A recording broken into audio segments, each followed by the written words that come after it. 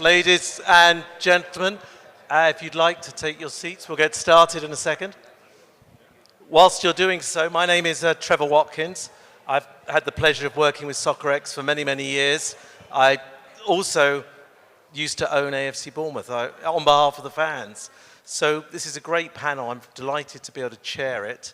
It reflects a lot of what we do day to day across my business at Pinson Masons and the globalization of sport. And I think that is hugely reflected in the fact that we are sitting here in Florida, and yet we have Germany, Italy, Spain, Canada stroke England, as you'll see, and one fact about Simon that may not come out, Adam, sorry if I say Simon, Adam, is you were a professional athlete many years ago. Not just me as well. I think you've missed this gentleman. Silver medal in the Olympics. No, we didn't pick up on this in the pre-planning. I did my research. That was a long time ago and a lot of pounds ago, so I can tell that. The lightweight category at the time, was it? Yeah. But in all seriousness, gentlemen, we are here sitting in Florida. We're talking soccer. Mark, from a German perspective, from a club perspective, why are you here? Start with the why, I love it. So my name is Mark Lingenhoff. I oversee Borussia Dortmund's activities in the Americas region. We just opened an office in February in Midtown Manhattan. Doesn't mean that we haven't done anything before in the region. It's really just the next step in our activities in the US and South America. Why are we here? Because we've been here for 6-7 years already. Ever since Christian Pulisic joined us, there was a bit of a pull effect. We got more interest into our club, our brand, and we started our activities. And we started to build a youth academy system. We started to get fan clubs registered. We started to have commercial partners. So all this built over the last 6-7 years, and we just follow the fan. It's a fan calling, really, and that's why we're here. And to help the audience, give us an impression of the club, its status in Germany, fan base, a little bit more detail. What's your foundation that you're building on? So we are from the Ruhrgebiet in Germany, which is in the northwest of Germany. We're based in Dortmund. It's a working class town, small town. We're not Munich. We're not the shiny Düsseldorf or Hamburgs of the world. We appreciate hard work, former steel industry. So our fan base appreciates the hard work. We are consistently on the international stage in Champions League 9 years in a row. I think we take some pride in that. Almost won it last season.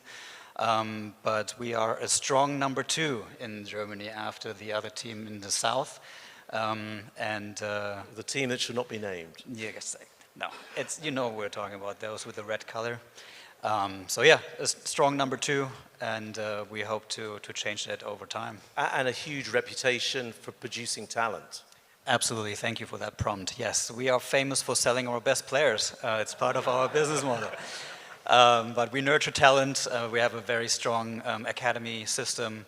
You know, the Bellinghams, the Haalands, the Sanchos, they all went through the system. Marco Reus, who's now in LA. So yeah, it's a tough business model to uphold, but we keep trying and keep doing. And you know, sometimes it's not the individual that's the star; it's the team. And I think that's what we're seeing right now in Dortmund. That there's not one player that really stands out, or not yet, at least. So right now, the team is the star.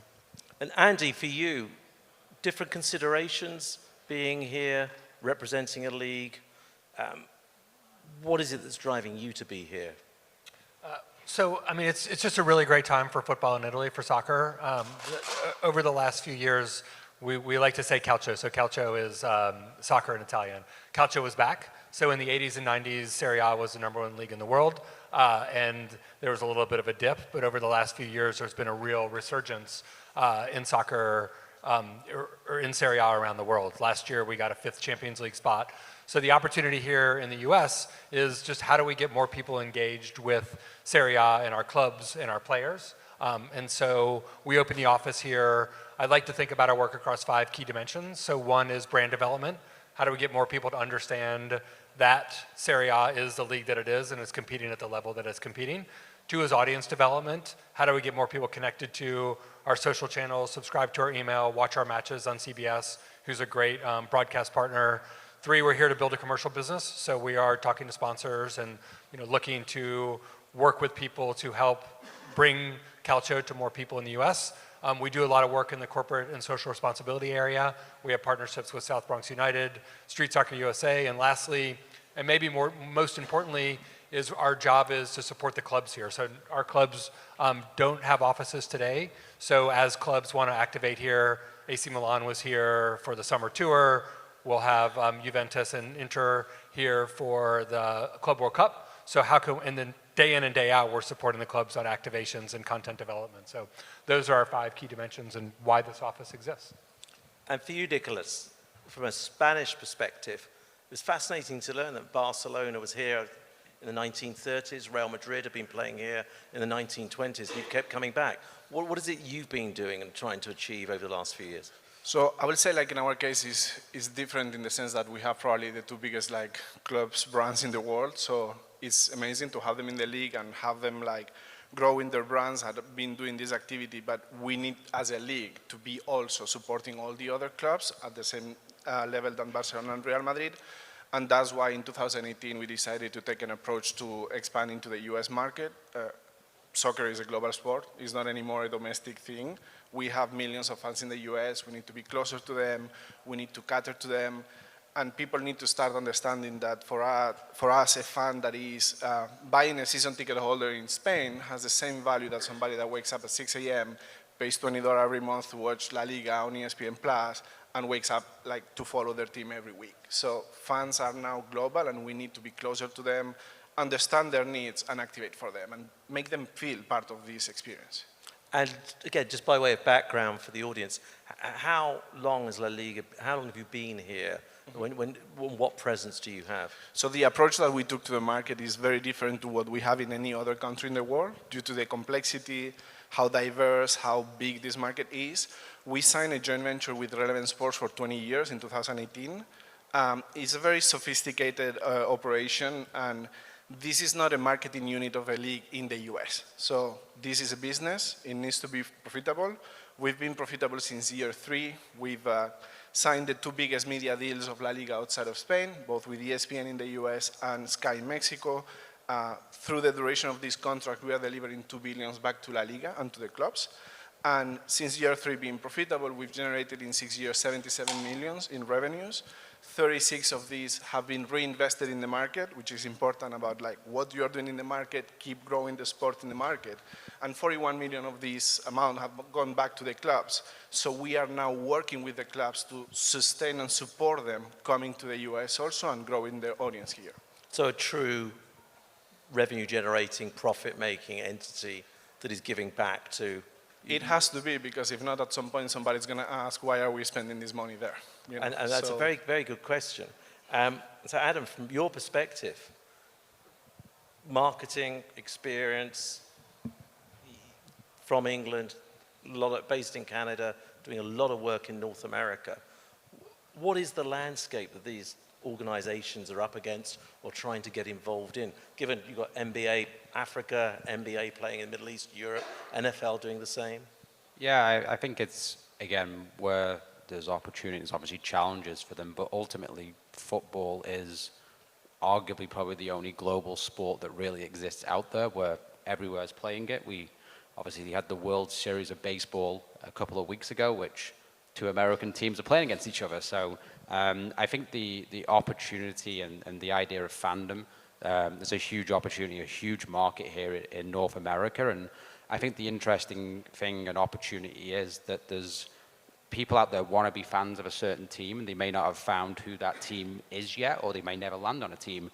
But whenever we see watch parties or matches here, it's a sea of colors of jerseys. People have got a Real Madrid jersey watching a Liverpool match. They've got a Juventus jersey watching a Barcelona match. And I think that's where ultimately kind of the leagues and the team, they've got a big opportunity here to, again, frenemies is probably what we want to call it, but there's a huge opportunity to come together and help grow the game. Obviously, the next couple of years, in North America is big for football.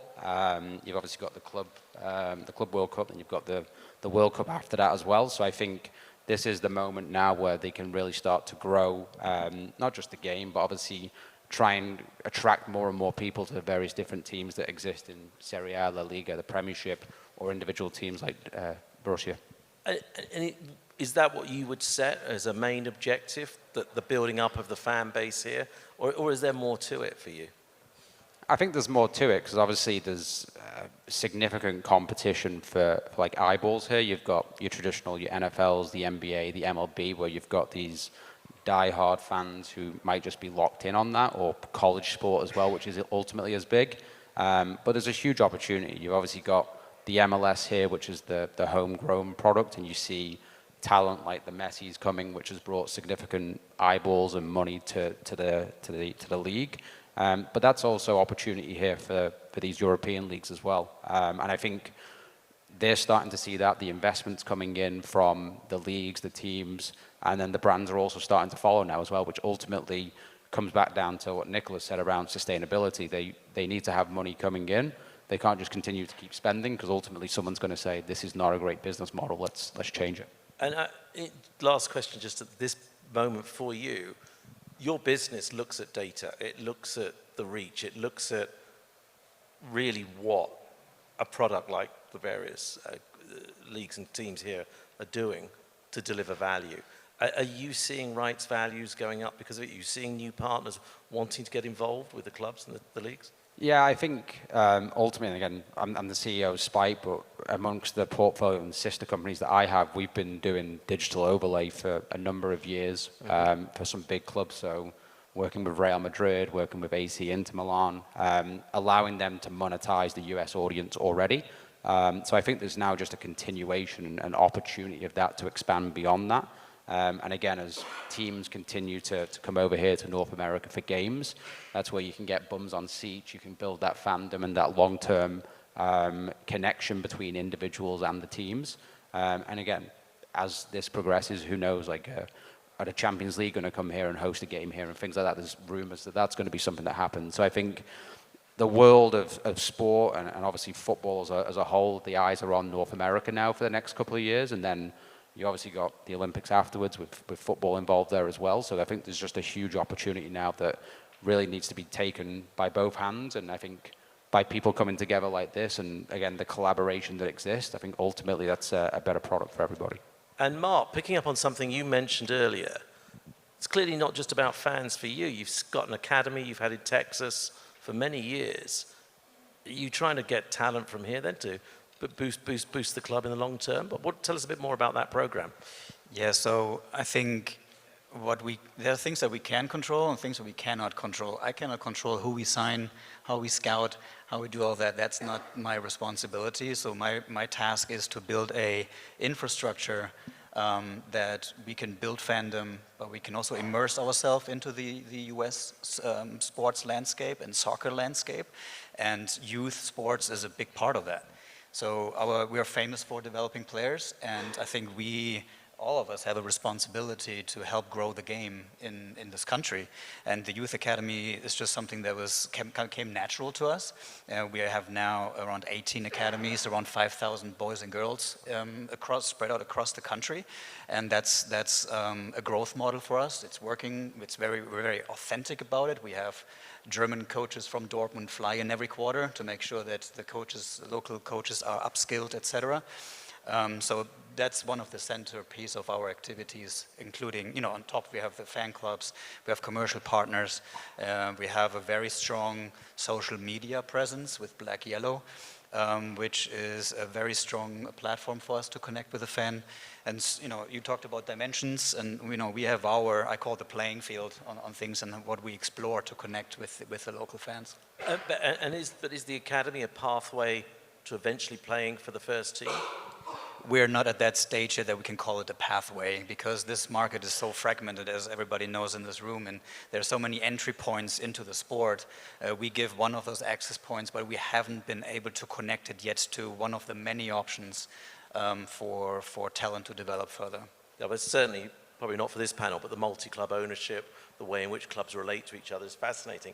But Andy, coming back to you and the way in which you're building your presence. You came up with the Made in Italy campaign, and you were mentioning earlier, you got some exciting new developments as well in how you're building those relationships. Yeah, so I mean, our big opportunity here to differentiate ourselves is Italian culture, right? So Americans, we did some research, 51 million Americans have an affinity for Italian culture. 3 million Americans travel to Italy every year. So that's a really big opportunity.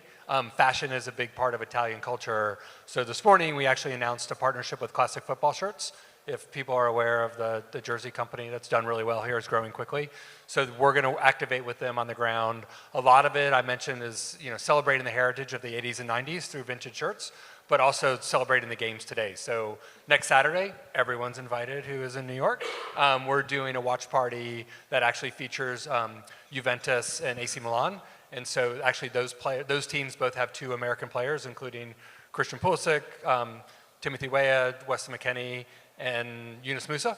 And so it's a real celebration of not only Italian culture and through fashion and football, but also the Americans playing. And after that match is Atalanta plays Parma. So it'll be a really great opportunity for us to really celebrate the past and the present of Italian football in the US. And from that perspective, you get a lot of support from the individual clubs on their mandate, and is it a great relationship in terms of how you build that out with the games they're going to play here and so on? Absolutely. So we have great relationships with the clubs, and they look to us to strategize on how they activate in the market. They're all very supportive. In fact, I just got a message today. I got a signed more incentive to come to the watch party. Signed Pulisic and Musa jerseys from AC Milan to raffle off at our event next week. They're very supportive of the work we need to do here because we are representing all 20 clubs here on the ground. And Nicholas, you mentioned earlier Relevant. Obviously, Relevant they've had a huge experience in organizing pre-season tours and their involvement in other professional sports in the US. 20 years, long time. What are your key ingredients for making that relationship a success? Yeah, so I think first it shows that we are not here just taking the hype of the World Cup, which I think is important. This is not we come, we take what we can, we leave. The idea is to stay here and to build something that is sustainable in the long term. And then I think the approach we've taken in the market is no matter who you are from a soccer perspective, fan, and how you relate to soccer or to La Liga, we want to have something for you. This, explained very quick, and I'm going to try not to extend too much, means let's say you're a hardcore Real Madrid fan and you want to watch all their games. Well, ESPN Plus, we think we have one of the best distribution strategies in the US, all 380 games there. You don't need to have 3 subscriptions, you don't need to have streaming and cable. You go there, you have everything you want. On top of that, we have a studio of content. Adrian here is our head of content and distribution with 20 people in Guadalajara, Mexico, just creating content for this region. Not somebody in Madrid thinking that they know how they can connect with the fans here. No, people that know the market and the Hispanics especially. Second, let's say you are a casual sport fan that you don't necessarily watch every game, but you have a favorite team and you enjoy having fun with your friends. We have a program called El Partidazo, where we basically organize 40 watch parties across the US in 10 different cities to be there with our fans celebrating their passion. Let's say you're a kid, you play FC25, you watch highlights, but you don't necessarily watch La Liga games because you don't watch 90 minutes of a game, where we have a tournament in gaming where playing gaming against celebrities, you can win a trip to Spain and watch a live game. So we tailor to all our different kind of fans. And last but not least, you are a kid, you don't know anything about Serie A, La Liga, you just care about the ball.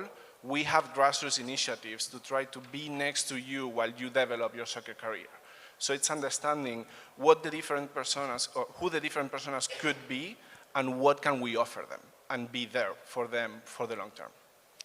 And so, Adam, listening to that, we've got the academies, we've got the Made in Italy, we've got the Relevant.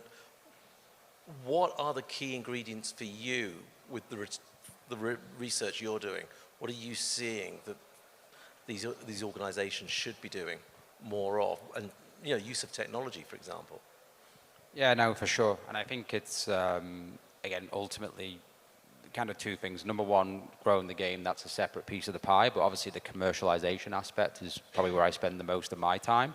And again, I think when you talk about those grassroots programs where they're just trying to get more and more people at the base level playing this game, ultimately the sons or the daughters then start to influence the families and the mothers and fathers that instead of going to watch a basketball game or wherever it may be in the afternoon, they're pushing them to say, okay, let's sit down at 11 a.m., it's brunch, we're going to watch La Liga or Serie A or something like that, and then in the afternoon, go engage with that local team at the MLS level. I think that's one of the beauties of having a European product here in North America.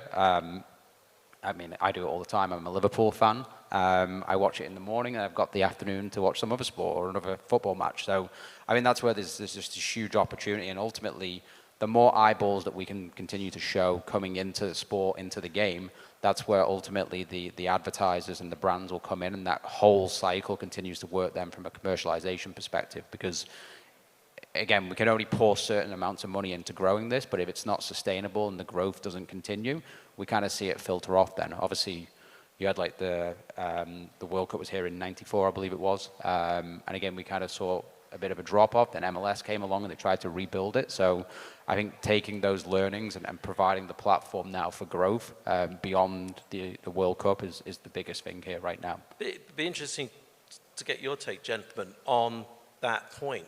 So, as you said, 1994 happened, issue with legacy, which often surrounds major events.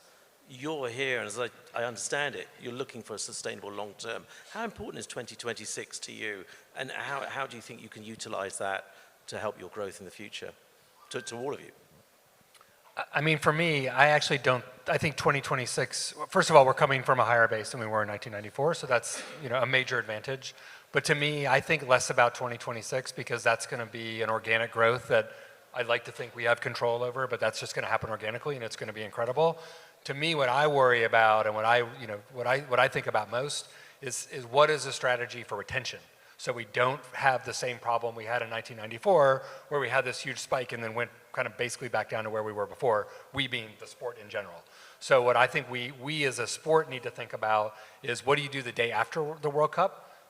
Well, first of all, building up to the World Cup to build your relevance, but then how do you stay relevant, and what are the strategies you deploy so that fans who are interested have somewhere to go and somewhere to connect after the World Cup, after their interest has been piqued by the event?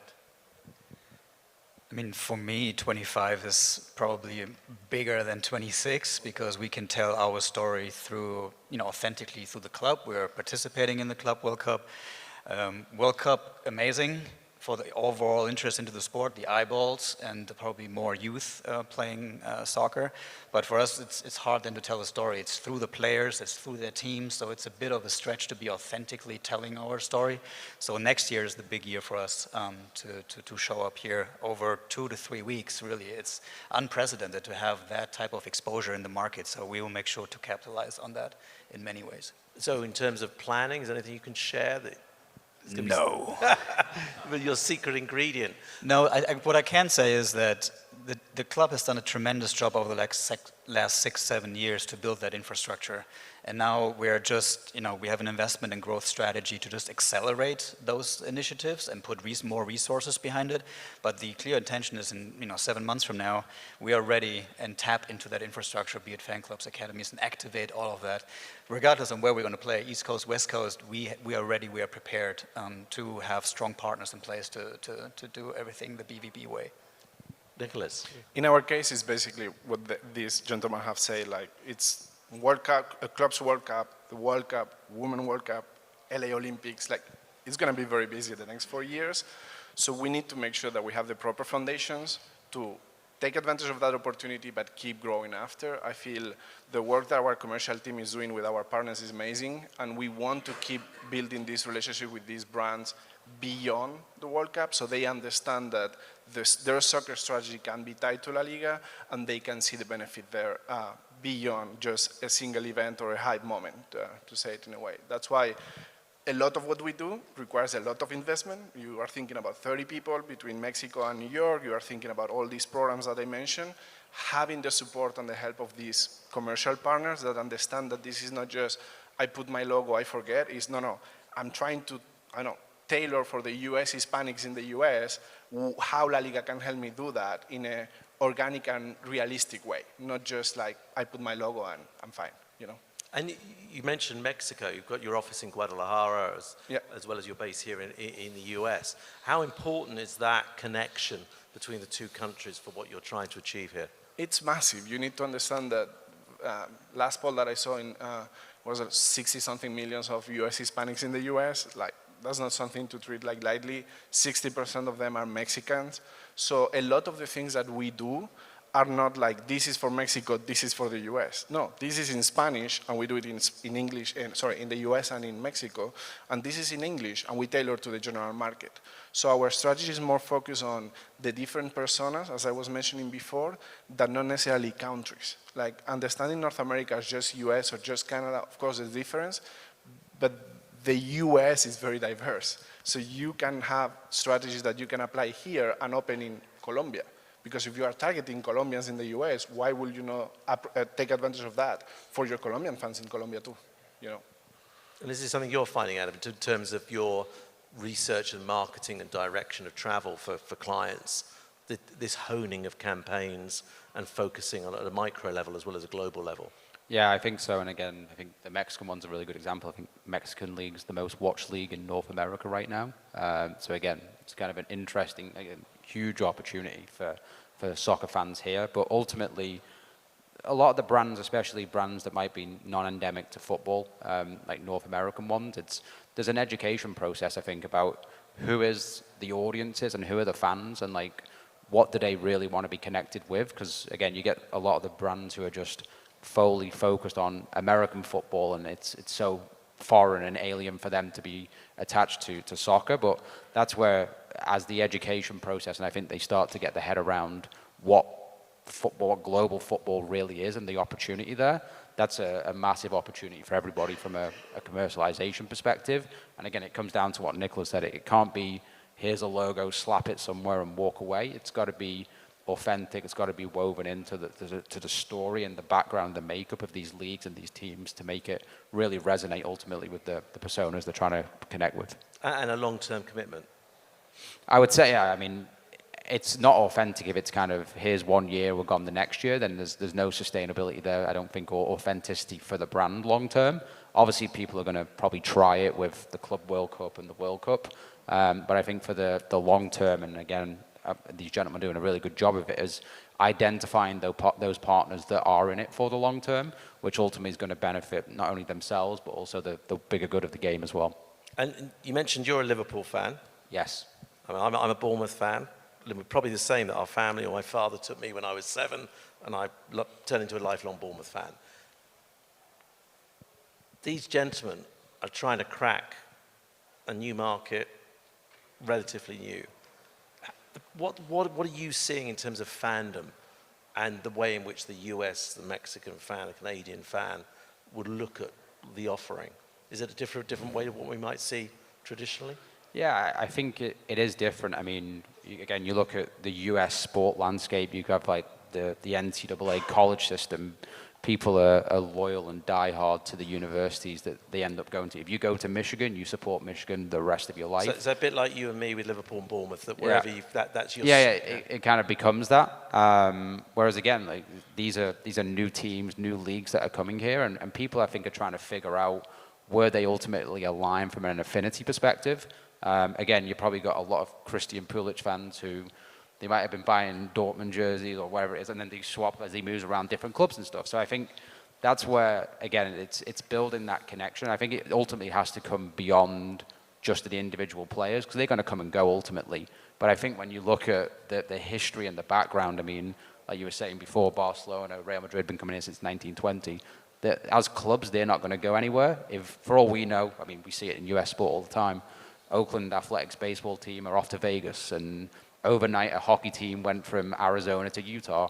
That's not going to happen with these brands of these football clubs. So that's where I think that long-term connection and that relationship between within families as well, like you said, like my dad taught me, my granddad, et cetera, it become that family connection. I think football gives that opportunity, unlike some of the sports that exist currently in North America. I agree with that, and I think the only thing that I will add to that is that's different when you tap into US Hispanics.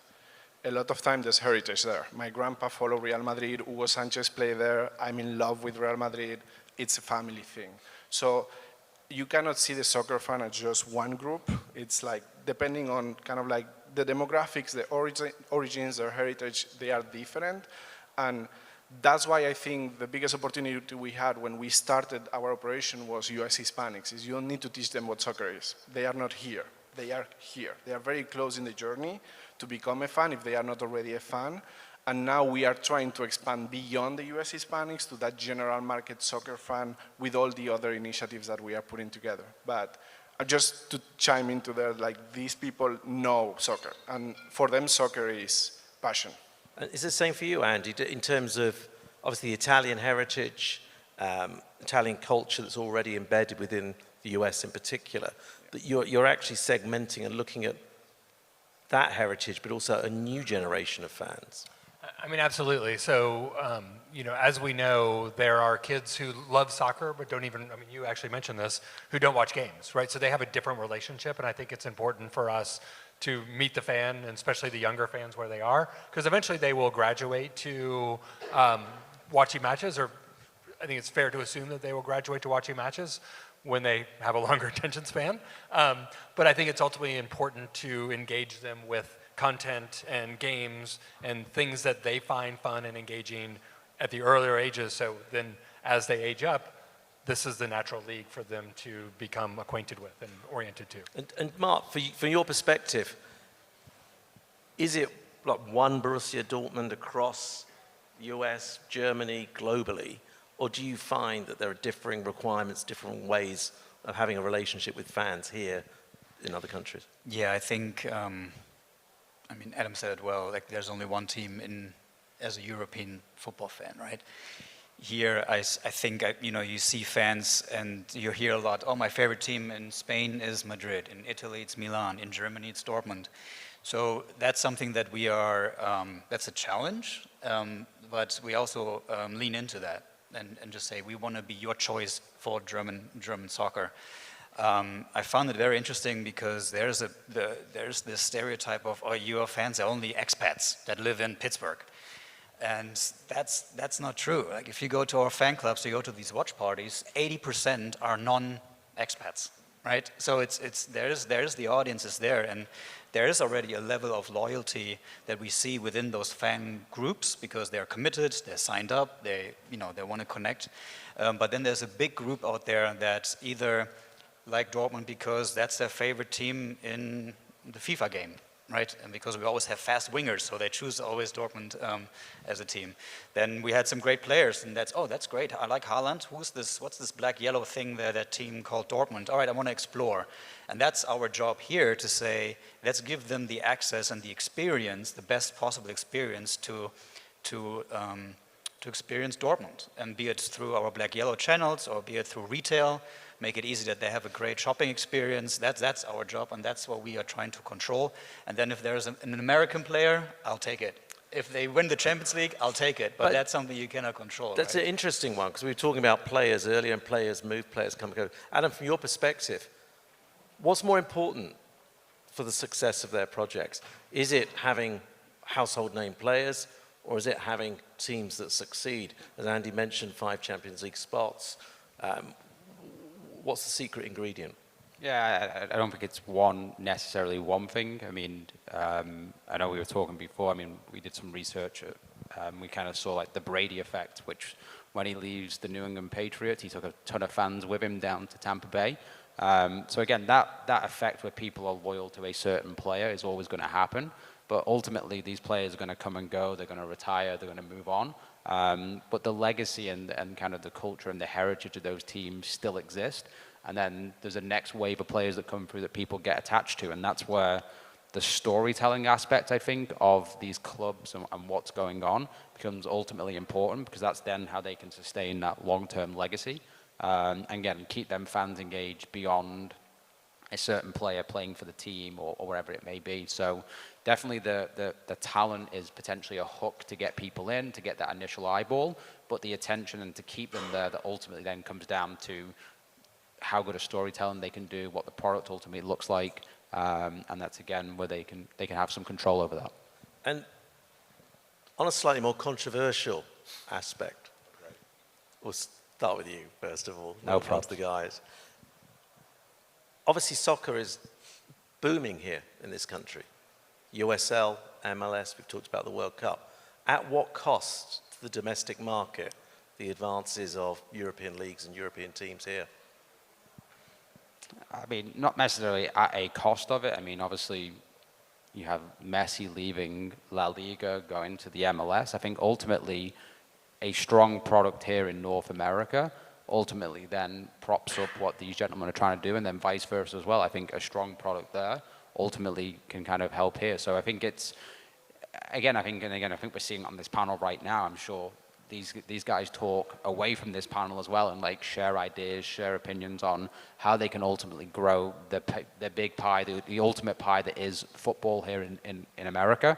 And then everyone gets their little piece of that at that stage. So I think, again, everyone needs to be able to put out a better product, a more sustainable product, and ultimately one that's kind of consistent. And that's then when the money will continue to come in from the advertisers and the brands who want to be part of that and helps tell these stories in collaboration with them. So, I think ultimately it's a combination of the two. They both have to prop each other up. And I'd be interested to hear from the three of you, how important is the domestic league here to your success? And how do you see your relationship with the teams here or with the league here?